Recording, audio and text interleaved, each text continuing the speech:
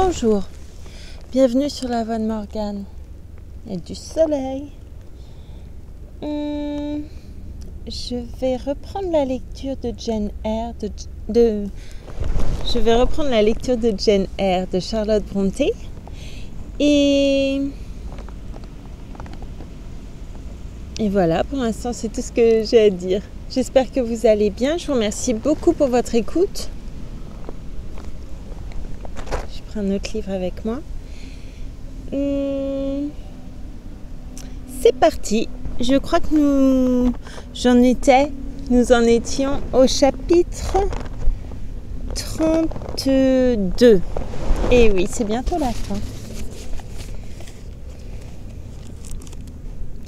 Je vais mettre ça sur mes genoux, comme ça on m'entendra mieux peut-être. Voilà. Chapitre 32. Je poursuivis ma tâche à l'école du village avec toute l'activité et la loyauté dont j'étais capable. Au début, ce fut vraiment une rude besogne. Il me fallut quelque temps, malgré tous mes efforts, pour arriver à comprendre le caractère de mes écolières. Complètement incultes, avec des facultés tout à fait en sommeil, elles me parurent désespérément stupides et, à première vue, toutes également stupides. Je m'aperçus bientôt de mon erreur. Il y avait entre elles les mêmes différences qu'entre les enfants qui ont fait des études, et ces différences devinrent rapidement plus marquées quand nous arrivâmes à nous connaître mutuellement. Quand l'étonnement suscité par ma personne, mon langage, la discipline imposée, mes manières, eut cessé, je me rendis compte que quelques-unes de ces paysannes à la bouche bée, d'aspect lourd, devenaient des fillettes à l'esprit vif et prompt. Beaucoup d'entre elles se montraient obligeantes, aimables, et je découvris parmi elles maints exemples de politesse naturelle, de respect inné de soi-même, tout autant que de remarquables dispositions qui leur acquirent ma bienveillance et mon admiration. Ces élèves prirent bientôt plaisir à bien faire leur travail, à être soignés de leur personne, à apprendre régulièrement leurs leçons et à devenir posés, ordonnés. La rapidité de leur progrès, dans certains cas, fut même surprenante, et j'en tirai une légitime et heureuse fierté. Je commençais d'ailleurs à m'attacher personnellement aux meilleures de ces fillettes qui s'attachaient elles aussi à moi. J'avais parmi ces élèves plusieurs filles de fermiers, presque des jeunes filles, qui savaient déjà lire, écrire et coudre. Je me mis à leur enseigner les éléments de la grammaire, de la géographie, de l'histoire, ainsi que de délicats travaux de couture. Certaines avaient des caractères dignes d'estime, des caractères avides de savoir, tout prêts à se perfectionner. Je passais avec elles bien des heures agréables. Le soir, dans leur propre maison où leurs parents, le fermier et sa femme, me comblaient d'attention. C'était une joie pour moi d'accepter leur gentillesse pleine de simplicité, de leur témoigner, en retour, des égards et une scrupuleuse considération pour leurs sentiments, considération à laquelle ils n'étaient peut-être pas habitués, mais qui les charmait, leur faisait du bien et, tout en les élevant à leurs propres yeux, suscitait en eux l'émulation nécessaire pour justifier cette déférence. Je sentais que l'on commençait à m'aimer dans le voisinage. Chaque fois que je sortais, de cordiales salutations me parvenaient de tous côtés. J'étais accueillie par des sourires amicaux. Être l'objet de la sympathie générale, émana-t-elle de simples travailleurs, donne l'impression d'être assis au soleil dans le calme et la douceur. Une sérénité intime se forme et s'épanouit à ses rayons. À cette période de ma vie, j'eus bien plus souvent le cœur gonflé de reconnaissance qu'accablé de découragement.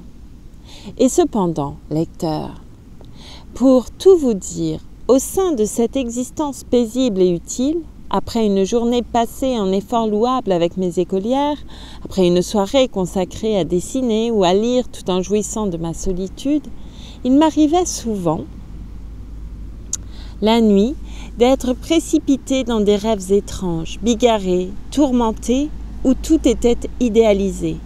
Des rêves remplis de choses émouvantes, orageuses, chargés d'aventures ou, dans d'extraordinaires décors avec des risques bouleversants, une chance romanesque, je rencontrais toujours Mr. Rochester, et toujours au moment le plus angoissant.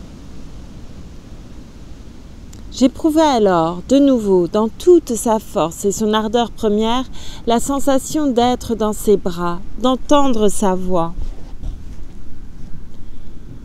de rencontrer son regard, de toucher sa main, sa joue, de l'aimer, d'être aimé de lui, d'avoir l'espoir de passer ma vie à ses côtés. Puis, c'était le réveil. Je reprenais conscience de l'endroit où je me trouvais, ainsi que de ma situation.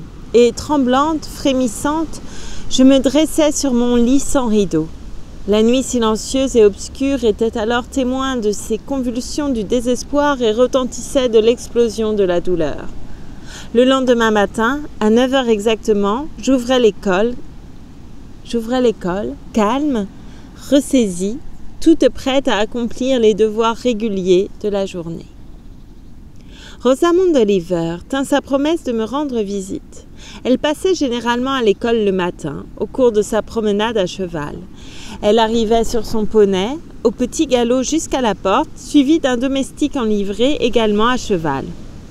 Il eût été difficile d'imaginer quelque chose de plus exquis que de la voir apparaître dans son habit rouge avec son chapeau d'Amazone en velours noir, posé gracieusement sur les longues boucles qui caressaient sa joue et flottaient sur ses épaules. C'est ainsi qu'elle pénétrait dans la rustique maison et s'avançait légère au milieu des rangées des enfants du village, éblouis. Elle venait d'ordinaire à l'heure où Mr. Rivers faisait le catéchisme quotidien. Le regard de la visiteuse perçait vivement, je le crains bien, le cœur du jeune pasteur. Une sorte d'instinct semblait l'avertir de son entrée, même quand il ne la voyait pas. Lorsqu'elle paraissait à la porte, même s'il regardait dans une toute autre direction, ses joues s'empourpraient, ses traits de marbre, tout en refusant de se détendre, s'altéraient d'une façon indescriptible. Leur impassibilité exprimait alors une ferveur contenue, plus intense que ne l'auraient pu faire des muscles libérés ou des yeux pleins de feu. Bien entendu, elle connaissait son pouvoir. En vérité, s'il ne le lui laissait pas ignorer, c'est qu'il ne pouvait faire autrement. En dépit de son stoïcisme chrétien, quand elle allait à lui et lui parlait avec un sourire joyeux, encourageant et même tendre, la main de Mr. Rivers tremblait, ses yeux s'embrasaient, et si ses lèvres restaient muettes. Son regard triste et résolu semblait dire « Je vous aime, et je sais que c'est moi que vous préférez. Ce n'est pas parce que je désespère du succès que je garde le silence. Si je vous offrais mon cœur, je crois que vous l'accepteriez. Mais ce cœur est déjà déposé sur un autel sacré, le feu du sacrifice est préparé, qui, bientôt, sera consommé. » Elle faisait alors la moue, comme un enfant désappointé. Un nuage de mélancolie assombrissait sa radieuse gaieté. Elle retirait vivement sa main de celle de Mr. Rivers et, dans un mouvement d'impatience passagère, se détournait de lui, dont l'aspect était à la fois si héroïque et si semblable à celui d'un martyr.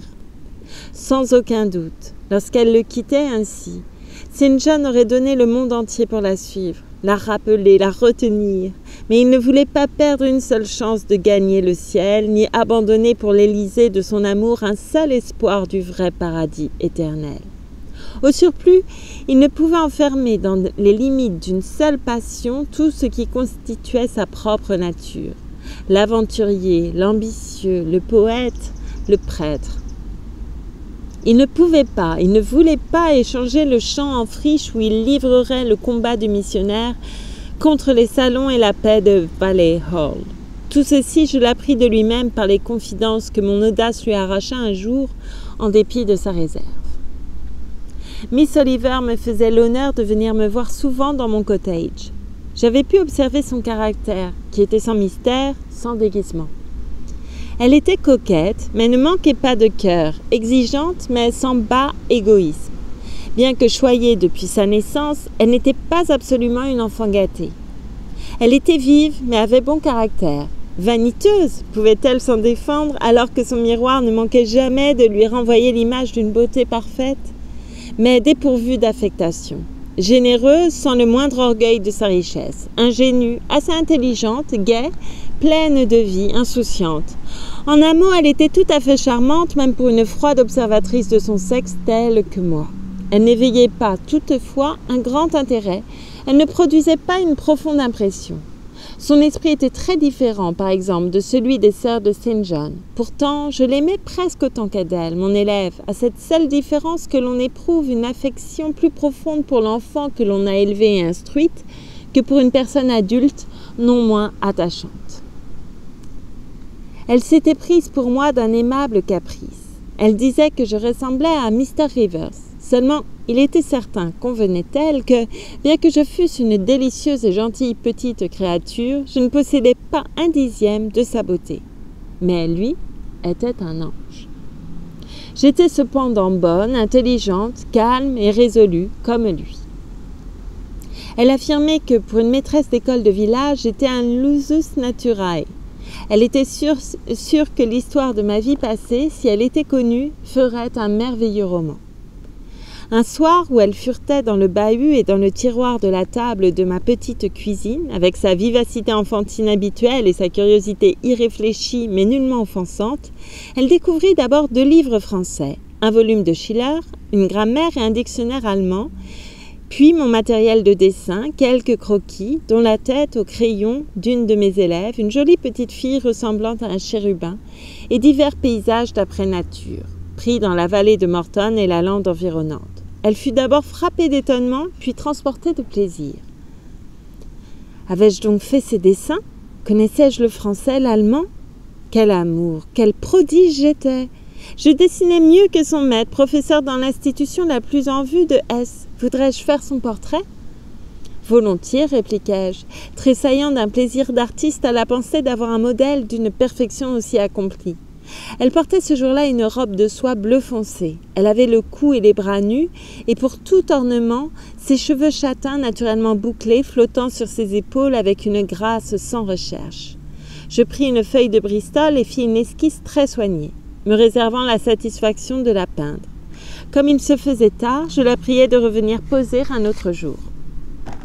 Elle parla de moi à son père dans des termes tels que Mr. Oliver lui-même l'accompagna le lendemain soir. C'était un homme de haute taille, d'âge moyen, aux traits massifs, aux cheveux gris. Touret le chenu, auprès de qui sa ravissante fille avait l'air d'une fleur éblouissante. Il paraissait taciturne et devoir être un orgueilleux personnage. Il fut très aimable avec moi. L'esquisse du portrait de Rosamond lui plut infiniment. Il fallait, disait-il, que j'en fisse un tableau achevé. Il me pria aussi avec insistance de venir passer la soirée du lendemain à Valley Hall. Je m'y rendis. C'était une vaste et belle demeure où de nombreux témoignages affirmaient la richesse du propriétaire.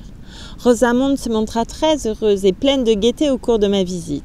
Son père fut affable, et lorsqu'il se mit à causer avec moi, après le thé, il exprima en termes chaleureux son approbation pour ce que j'avais fait à l'école de Morton, ajoutant qu'il se rendait compte, cela lui étant venu aux oreilles, que j'étais bien supérieure à la situation que j'occupais. Il craignait de me voir bientôt la quitter pour une autre plus à ma convenance. « C'est vrai, papa, s'écria Rosamond, elle est assez instruite pour être institutrice dans une grande famille. » Quant à moi, je pensais que j'aimais mieux être là où je me trouvais que dans n'importe quelle grande famille de la terre. Mr. Oliver me parla de Mr. Rivers et de la famille Rivers avec beaucoup de respect.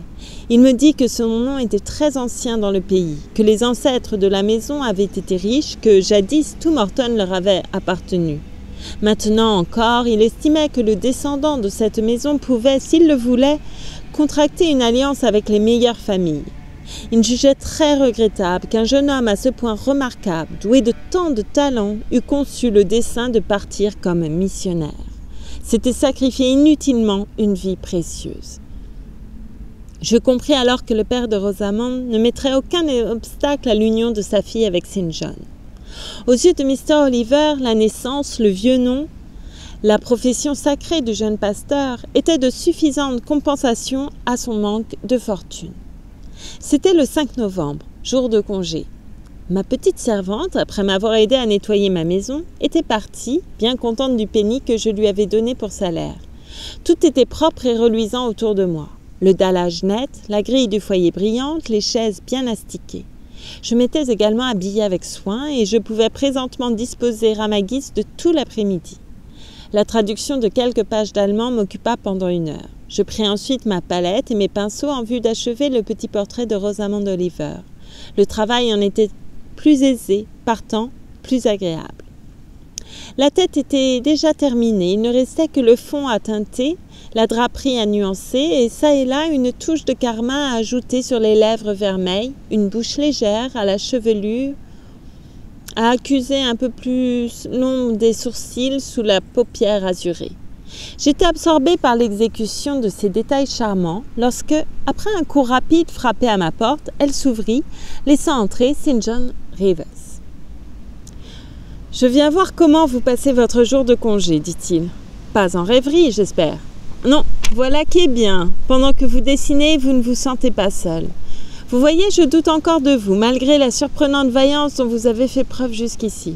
Je vous apporte un livre pour égayer vos soirées. » Et il posa sur la table une publication nouvelle, un poème, un de ces authentiques chefs-d'œuvre dont était si souvent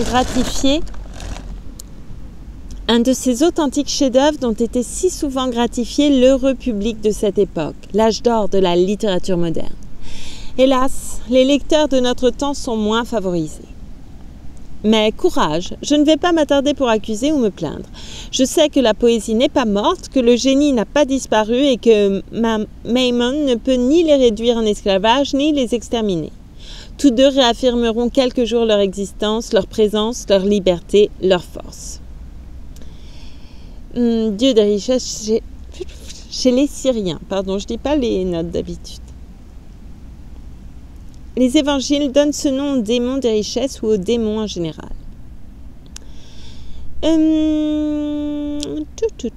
Ange puissant, en sécurité dans le ciel, il sourit quand triomphent les esprits vils, quand les âmes faibles pleurent sur leur destruction. La poésie anéantie? Le génie banni? Non. Médiocrité? Non. Ne laisse pas l'envie te souffler cette pensée. Non, ils vivent, et plus encore. Ils règnent et font œuvre de rédemption. Sans leur divine influence partout répandue, tu serais en enfer, l'enfer de ta propre petitesse. Tandis que je jetais un coup d'œil avide sur les pages éblouissantes de Marmion, car c'était Marmion, St. John se pencha pour examiner mon tableau et, dans un sursaut, tout en gardant le silence, redressa d'un bond sa haute silhouette. Je levai les yeux sur lui. Mais il évita mon regard. Je savais bien quelles étaient ses pensées. Je lisais clairement dans son cœur. J'étais alors plus calme que lui, plus maîtresse de moi-même. J'avais donc momentanément l'avantage. Aussi eus-je le désir de lui faire un peu de bien, si cela m'était possible. Avec toute sa fermeté, son empire sur lui-même, songeai-je, il se soumet à trop dure épreuve.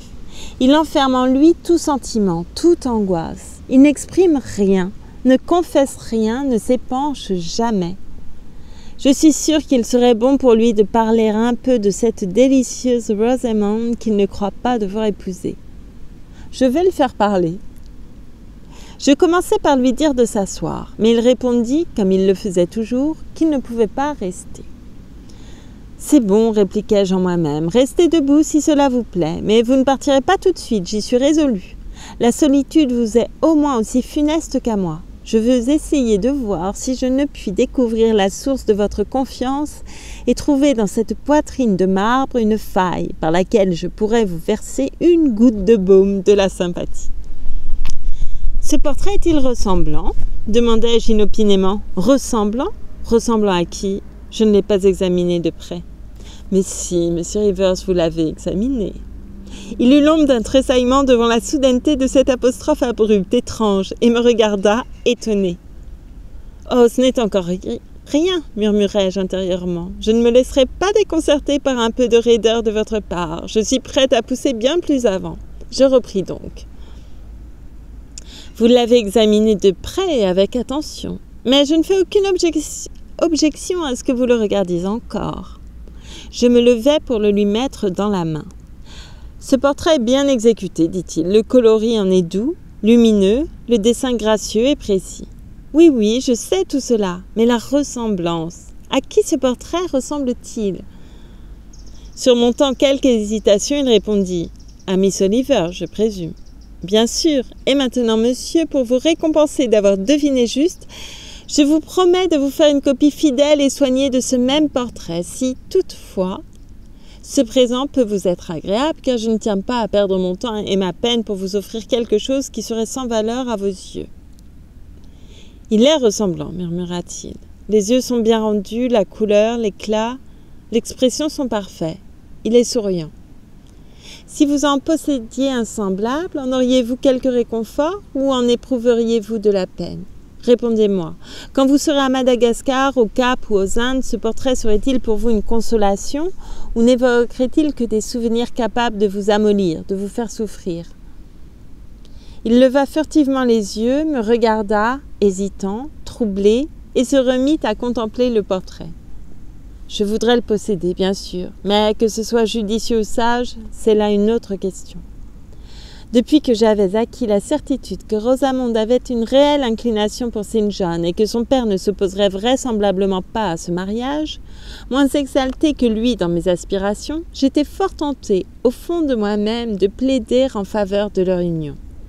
Il me semblait que si St. John devenait possesseur de la grosse fortune de Mr. Oliver, il pourrait faire ici autant de bien qu'en allant sous le soleil des tropiques où son génie s'atrophierait et où ses forces s'épuiseraient. Telle étant ma conviction, je répondis. Autant que je puis en juger, il serait bien plus sage et plus judicieux de prendre l'original tout de suite. Il s'était assis entre-temps, avait posé le portrait devant lui sur la table et, le front appuyé sur ses deux mains, se penchait vers lui avec amour. Je vis qu'il n'était ni fâché, ni outré de mon audace. Bien plus, je me rendis compte qu'à se voir ainsi interpellé franchement, avec une telle liberté, sur un sujet qui lui avait paru inabordable, il commençait à éprouver un plaisir nouveau, un soulagement inespéré. Les personnes réservées ont souvent, beaucoup plus que celles de tempérament expansif, un réel besoin de parler en toute franchise de leurs sentiments, de leur peine. Le stoïcien à la mine la plus austère est un homme, après tout, et faire irruption avec audace et bienveillance dans la mer silencieuse de son âme, c'est souvent lui accorder le premier des bienfaits. « Elle vous aime, j'en suis sûre, dis-je, debout derrière sa chaise, et son père vous respecte. En outre, c'est une jeune fille charmante, un peu légère, mais vous auriez de la réflexion pour deux. Vous devriez l'épouser. »« M'aime-t-elle vraiment ?» demanda-t-il. « Certainement, plus qu'aucun autre. Elle parle de vous sans cesse. Il n'y a point de sujet qui lui donne autant de plaisir et auquel elle revienne plus souvent. »« Voilà une chose bien agréable à entendre, dit-il. Bien agréable. » Continuez encore pendant un quart d'heure. Il sortit effectivement sa montre qu'il posa sur la table pour mesurer le temps. « Mais à quoi bon continuer, demandai-je, alors que vous préparez sans doute des objections massues ou que vous forgez de nouveaux fers pour enchaîner votre cœur. N'imaginez pas des choses aussi dures. Essayez de me voir telle que je suis, attendrie, m'abandonnant à l'amour humain qui jaillit en mon âme comme une source nouvelle et débordante, dont les doux flots inondent entièrement le champ que j'avais préparé avec tant de soin, tant de labeur, que j'avais si assidûment ensemencé des graines de mes bonnes intentions et de mes projets de renoncement. Des eaux douces comme le nectar le recouvrent à présent. Les jeunes pousses sont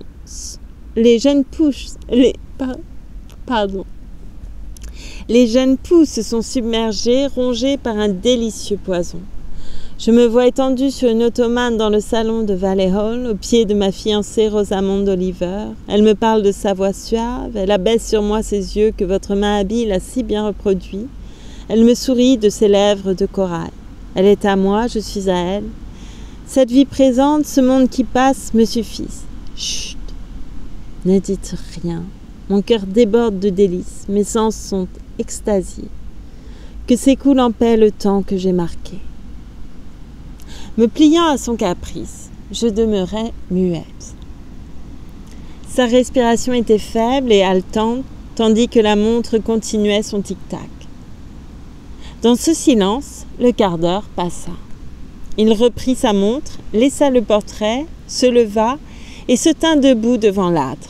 « Je viens, dit-il, de consacrer ce court instant au délire, à l'illusion. » Je reposai ma tête sur le sein de la tentation et mis volontairement mon cou sous son joug fleuri.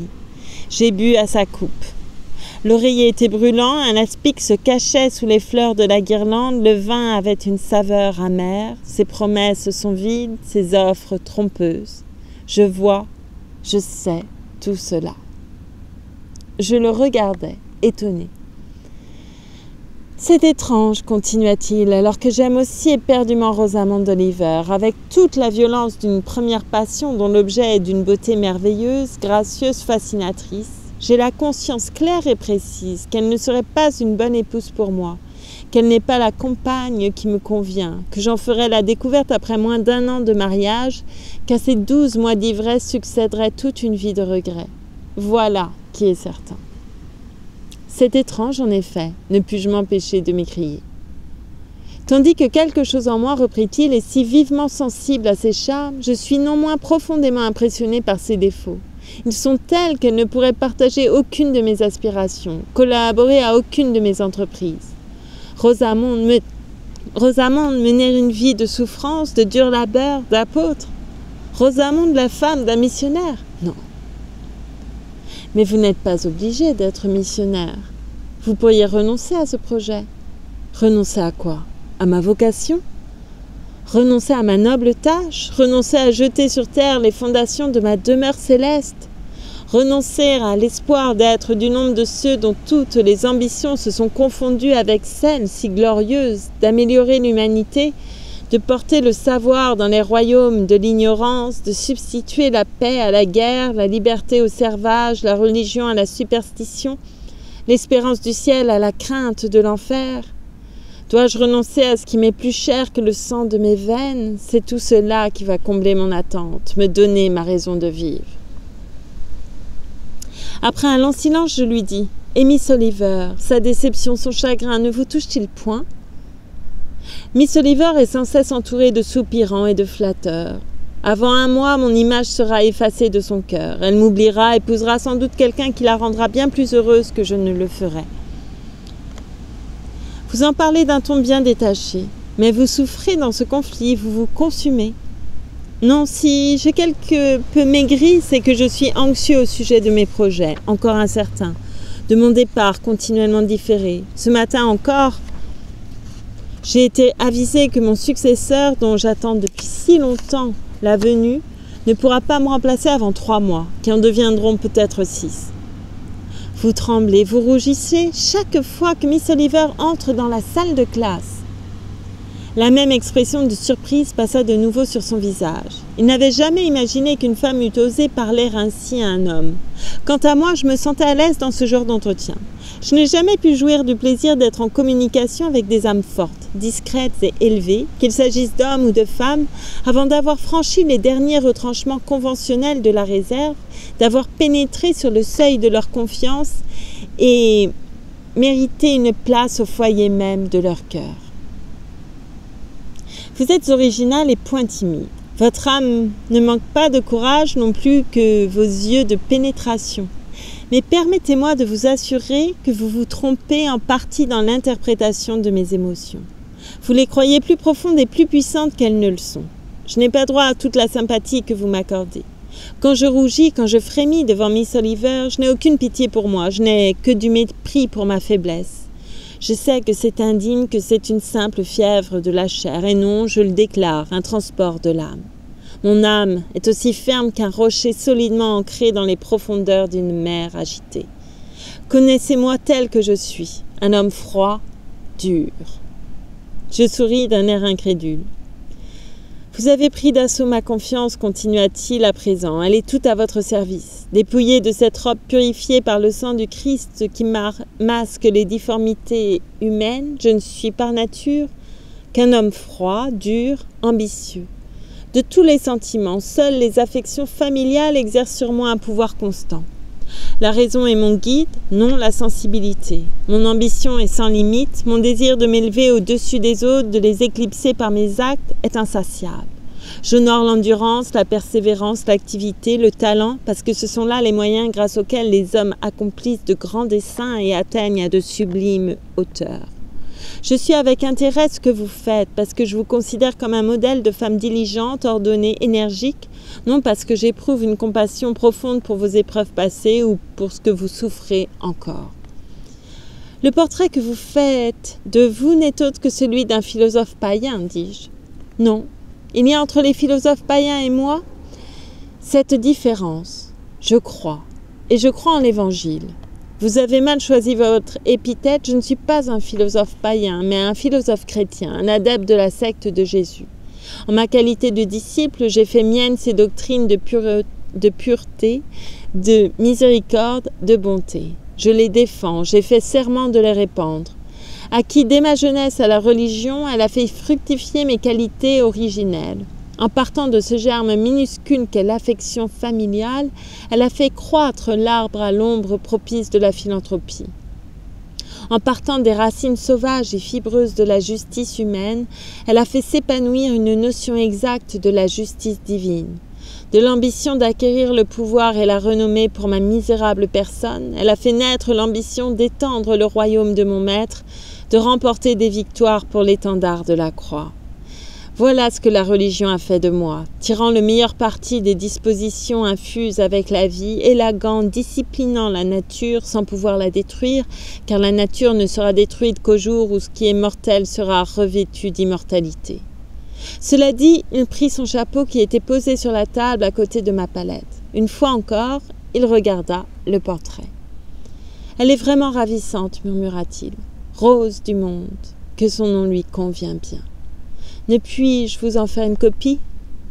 Cui bono, non. » Il recouvrit le portrait de la feuille de mince papier sur laquelle j'appuyais d'ordinaire la main en peignant pour éviter de ternir le Bristol.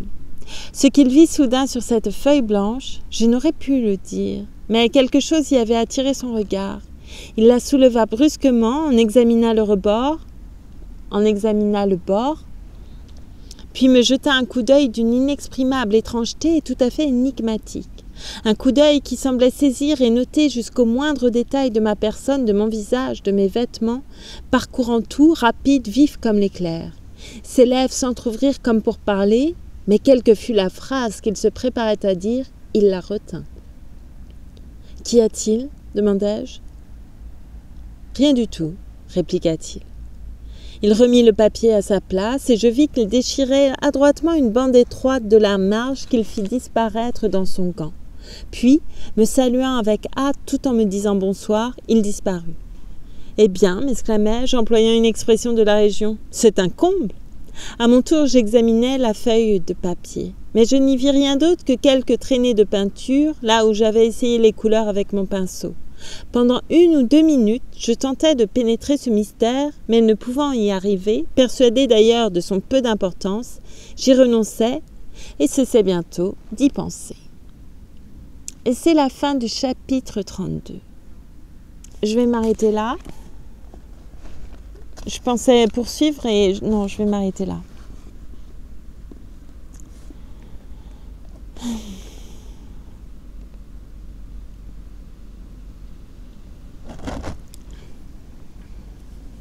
Penser que l'on est meilleur vouloir répandre la vérité et je trouve ça problématique.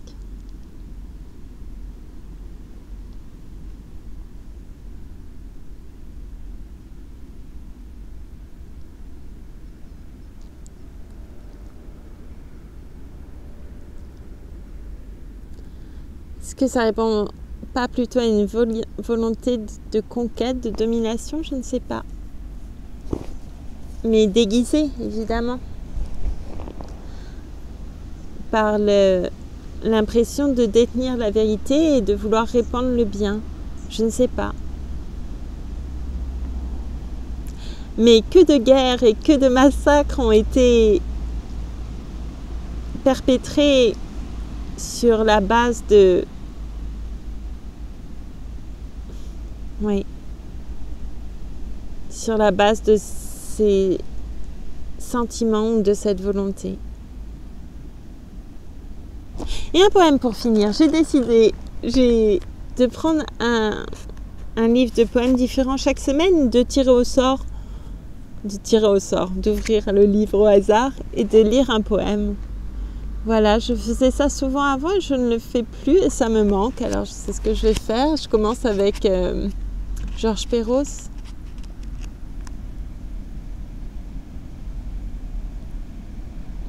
Pour Frédéric.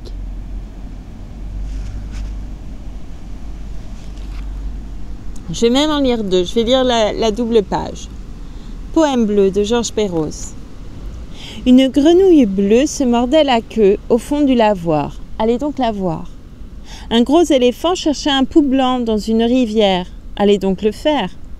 Un canard déçu fuyait, le cul nu, dans un ciel de cuivre. Allez donc le suivre.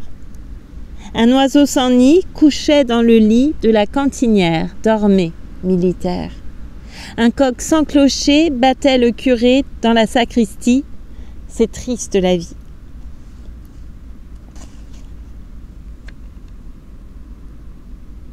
On meurt de rire, on meurt de faim, on meurt pour blessure à la guerre, on meurt au théâtre à la fin d'un drame où le ciel est par terre. Il est 100 façons de mourir, pour vivre on est beaucoup plus sage. Il s'agit de savoir moisir entre l'espoir et le fromage.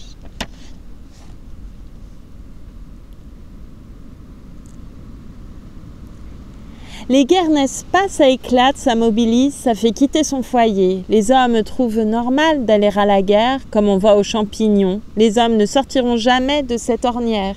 La guerre est un bail à renouveler, la guerre est devenue la condition de la paix, la révolte de la sérénité.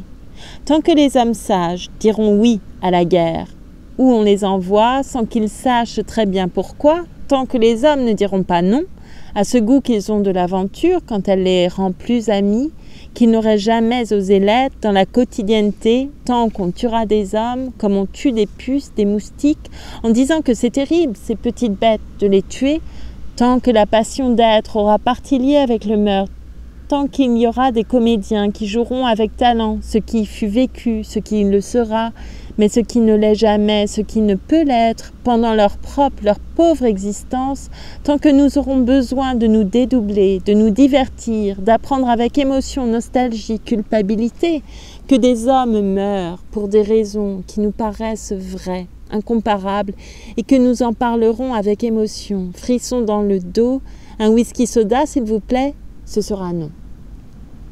La guerre entre les hommes est peut-être inévitable. Un mauvais rêve du bon Dieu, tout le troupeau en uniforme, on y court tous comme des lapins à la guerre. Nous avons fini par comprendre que nous sommes tous colonisés, que l'homme est une colonie apte à la liberté d'être qui commence par le partage du pain et du vin. Et si personne ne fait ce pain, n'écrase ce raisin, eh bien nous apprendrons à faire, à écraser, à sulfater, à pétrir. Nous deviendrons des paysans, ce que nous sommes tous, malgré la citadinité qui nous enveloppe, comme des saucissons, des momies. La terre n'en tournera pas moins, comme une folle, autour du fou par excellence, de ce sanglant dégoulinant qui sait si bien nous foutre mal au crâne et nous noircir la peau, de cette ivrogne dans l'azur, qui fait mûrir, qui fait pourrir, qui dit le sec et le mouillé, sur nos fronts partitions striées, sans la moindre musique à l'intérieur, rengaine où sanglote la source, barque sur le dos. Oh, nos révoltes, grains de sable, poussière dans le vent fané, qui nous redira folle course la joie farouche des chevaux du langage, quand tout était encore tremblant d'avoir liberté de mourir, quand tout faisait encore semblant de l'oublier dans un sourire, les temps sont venus de la mort. De qui portes-tu le deuil, terre, grosse de tant de cadavres que leur innocence a trompé, mais dont l'âme flotte en nos rêves? Nous ne pourrons jamais plus vivre à marcher sur vos jeunes os, à piétiner votre colère. Nous ne pourrons jamais plus rire comme il faudrait, de bas en haut, la glotte folle, avec cet ogre en nos poitrines qui nous ronge, nous fend la peau. Allez, car nous serons bientôt ensemble dans la bohème du caveau. Nous fuirons en faisant la planche vers d'autres rêves, d'autres feux, autour desquels perdre nos rimes qui ne sont plus d'amour ni d'aise. Il est fondu, notre métal. Nous nous retrouverons bientôt. Eh bien, c'était parfait. Merci, Georges. Merci beaucoup. J'ai froid, soudainement. Je vous remercie beaucoup pour votre écoute. Je vous dis à très bientôt et prenez soin de vous surtout. Oui, prenez bien soin de vous. Merci beaucoup. Et voilà, c'est tout. Merci. Et je me déplace, ça va faire du bruit. Attention à vous.